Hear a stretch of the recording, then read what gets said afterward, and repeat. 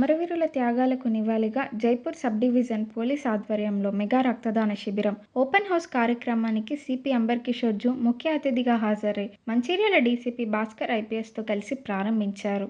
రక్తదానం చేసిన వారికి ప్రశంసా పత్రాలను అందజేసి అభినందించారు.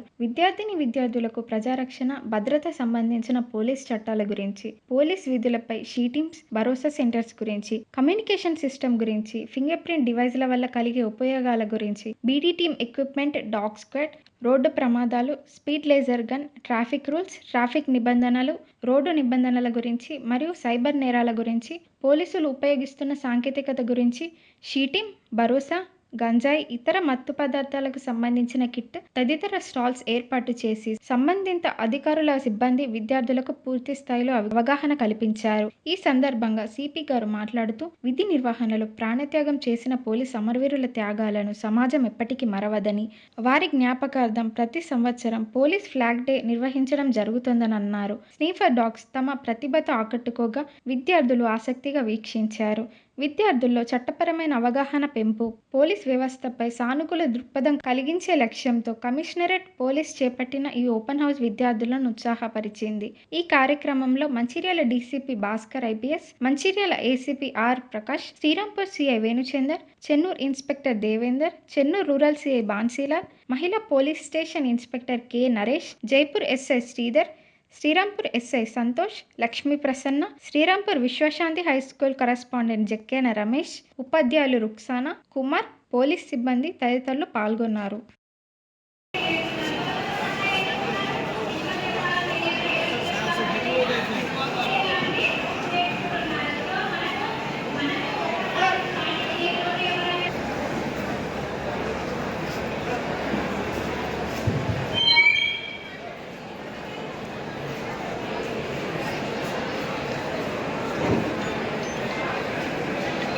ఆదర్శనీయులు, అంతుడిగా భావంతో అనితర ఉంటుంది. అవునా? సో మేము ఇంకా మా షిల్లి గురించి చెప్పాలంటే కాలేజ్లో కానీ స్కూల్స్లో కానీ ఎక్కడైనా రన్నింగ్ ప్లేస్ ఉంటాయా? ఆట పట్టేస్తూ ఉంటారు. Thank you sir, thank you. చెప్పట్లు ప్లీజ్ అందరు. Thank you.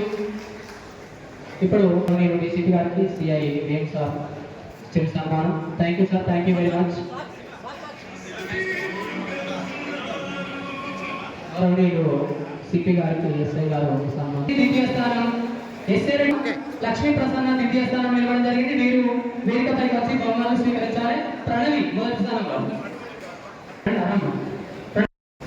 కంప్లీట్ స్మెల్ చేస్తుంది తెలుసు. మనకన్నా 32 టైమ్స్ ఎక్కువ స్మెల్ చేస్తుంది. భూకంపాలు వచ్చినా, నెక్స్ట్ ఏదైనా వర్షాలు వస్తున్నా, ఏ రకమైన ముందుగానే ఫస్ట్ వచ్చేది డాగ్ చేసి మళ్ళీ దాన్ని గమనించి అక్కడ సెట్ అయి కూర్చుండిపోతుంది. ఒకవేళ సంస్కరణ గురించి మనం పెట్టిన ప్రోగ్రామ్కి వచ్చా. Thank you one all. ఈ పబ్లిక్ పార్టిసిపేషన్ చూసి పోలీస్ ఆఫీసర్స్కి కాన్ఫిడెన్స్ చాలా పెరుగుతుంది. మీ సర్వీస్ కోసం పోలీస్ డిపార్ట్మెంట్ 100 ఇయర్స్ నుంచి, మోర్ దెన్ 100 ఇయర్స్ నుంచి మీరు చూస్తే ఇదే కొన్ని డిపార్ట్మెంట్స్లో పోలీస్ డిపార్ట్మెంట్ ఒక డిపార్ట్మెంట్ ఉంది. అదేవిధంగా మారుమూల ప్రాంతంలో ఎక్కడ ఏ డిపార్ట్మెంట్ లేకున్నా పోలీస్ డిపార్ట్మెంట్ వాళ్ళు తప్పకుండా ఉంటారు, లేకపోతే విజిట్ చేస్తారు. సో మీకు అన్ని వైపు సహాయం చేసుకోవడానికి మనం సిద్ధంగా ఉన్నాము. ఈ అమరవీరుల గురించి డీసీపీ గారు చాలా మంచి చెప్పారు, కానీ గుర్తు పెట్టాలి. అదేవిధంగా వాళ్ళు చేసిన త్యాగం, బలిదానంకి కొంత అంశం మన క్యారెక్టర్లో కూడా రావాలి.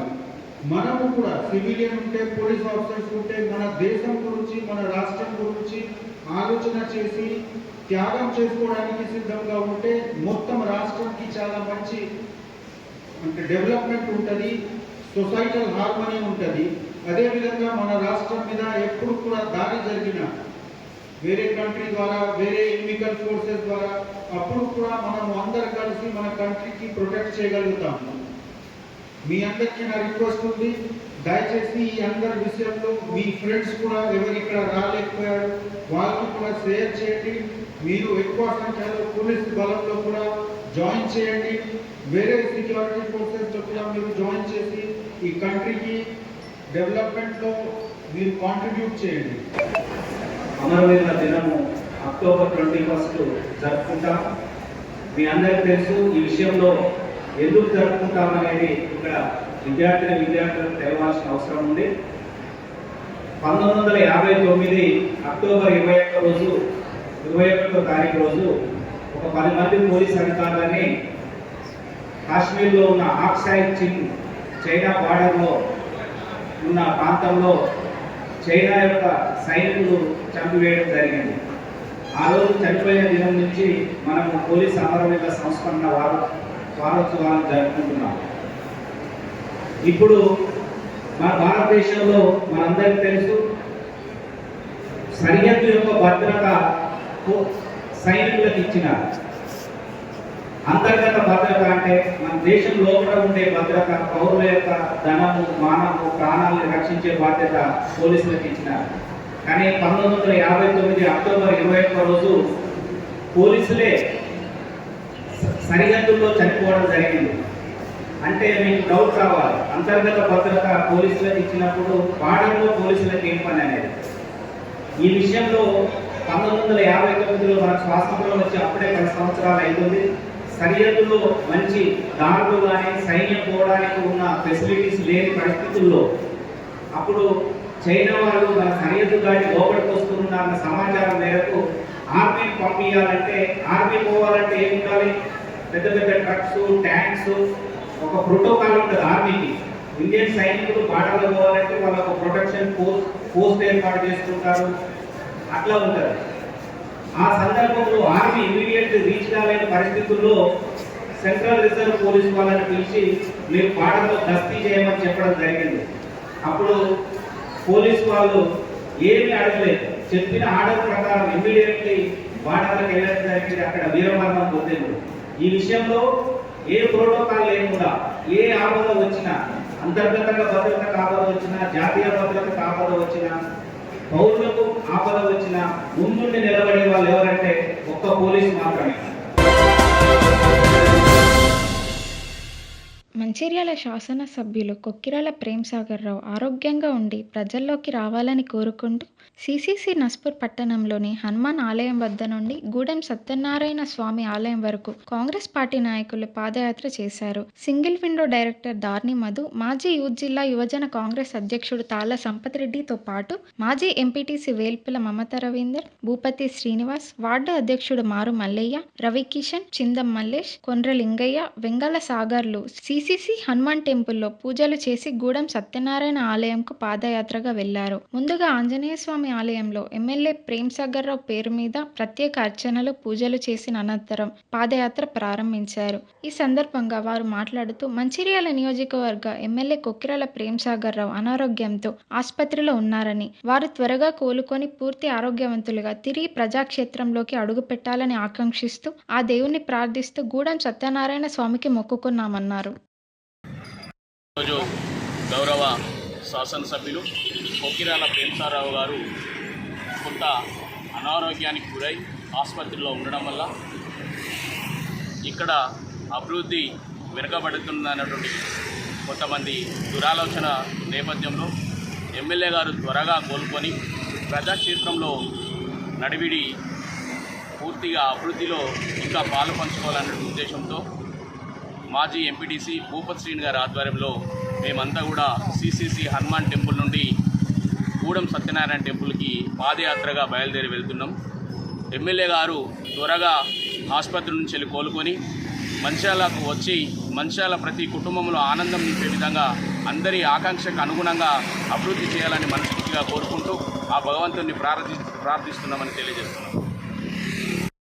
మా కాంగ్రెస్ పార్టీ సీనియర్ నాయకులు అందరం కలిసి కూడా ఈరోజు మా ప్రియతమ నాయకులు బడుగు బలహీన వర్గాల ఆశజ్యోతి కొక్కిరాల ప్రేమ్సాగర్ గారు ఎమ్మెల్యే గారు ఆరోగ్యంతో ఉండాలని చెప్పని మేమందరం కోరుకుంటూ సిసి హనుమాన్ టెంపుల్ నుంచి మన గూడెంగుట్ట సత్యనారాయణ స్వామి వరకు పాదయాత్ర చేయాలని చెప్పి నిర్ణయించుకొని ఈరోజు ఈ కార్యక్రమం చేపట్టడం జరుగుతుంది. ఎందుకంటే ప్రతి గడపకు పిఎస్ఆర్ ప్రేమ్సాగర్ అనేది ఒకటి ఇంట్లో ఒక కుటుంబం లాగా ఉండి భారీ మెజార్టీతో గెలిపించినప్పుడు కూడా మాట తప్పని ఎమ్మెల్యే గారిగా ఈరోజు అనేక కార్యక్రమాలు చేస్తున్నాడు. కార్యక్రమంలో భాగంగా మన మాధవీస్ హాస్పిటల్ కానీ, అదే మహాప్రస్థానం అటువంటి కానీ ప్రతి ఒక్క కార్యక్రమం ఏ కార్యక్రమం తీసుకున్నా కూడా మన మంచాల్లో అభివృద్ధి బాటలో చేస్తున్నాడు కాబట్టి మేము అందరం కూడా ఆరోగ్యంగా ఉండాలని చెప్పని ముందర కోలుకొని అదే మంచాలకు కావాల్సిందిగా కూర్చున్నాం. జై